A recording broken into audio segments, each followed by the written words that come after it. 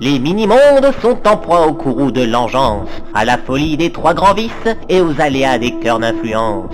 L'Ochrone, la ville céleste, est l'un des seuls bastions capables de faire face à nombre de ces menaces. Les 7 grands lords, avec à sa tête le lord souverain Hobson Grey, dirigent les 5 cercles de la métropole céleste. Le premier cercle, convoité par de nombreux habitants, peut être obtenu en devenant une espérance, donnant un aval au premier et au 5e cercle.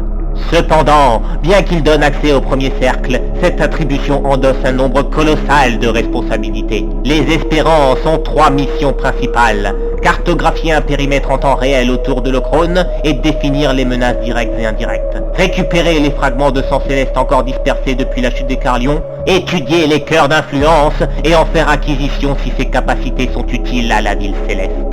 D'autres missions de grande importance peuvent s'ajouter, et l'expérience des espérances peut aussi venir en aide aux autres forces de l'Ochrone.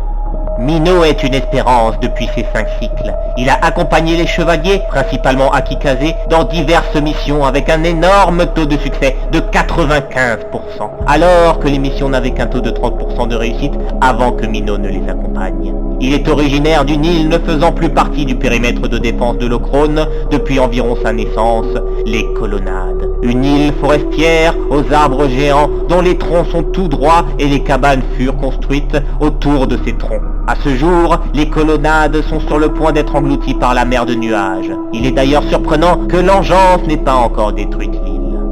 Harugi provient initialement du second cercle, mais suite à une grande déchéance et une destitution familiale, il est descendu au 3e, 4e, puis 5e cercle. Il est devenu accro à la fleur d'Ancolia, si bien qu'il doit porter un masque à gaz en permanence pour éviter d'être contaminé par de l'air ayant été en contact avec une personne heureuse.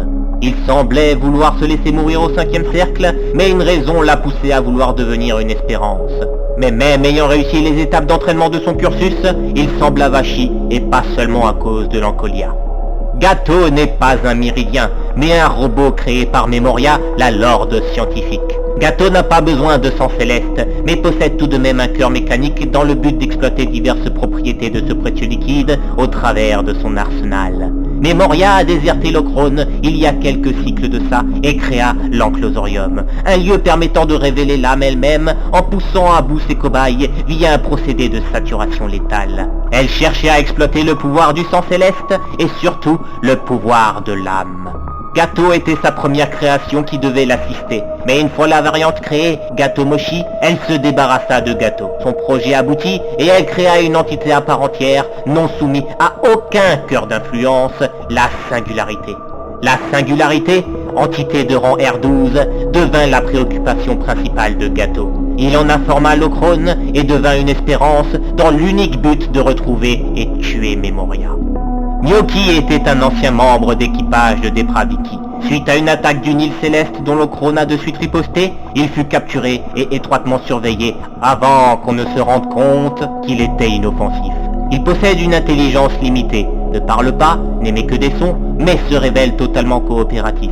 Suite à une étude approfondie, il semblerait qu'il était une sorte de servant et souffre-douleur pouvant énormément encaisser. Il se révèle très affectueux envers presque tout le monde, surtout envers Mino.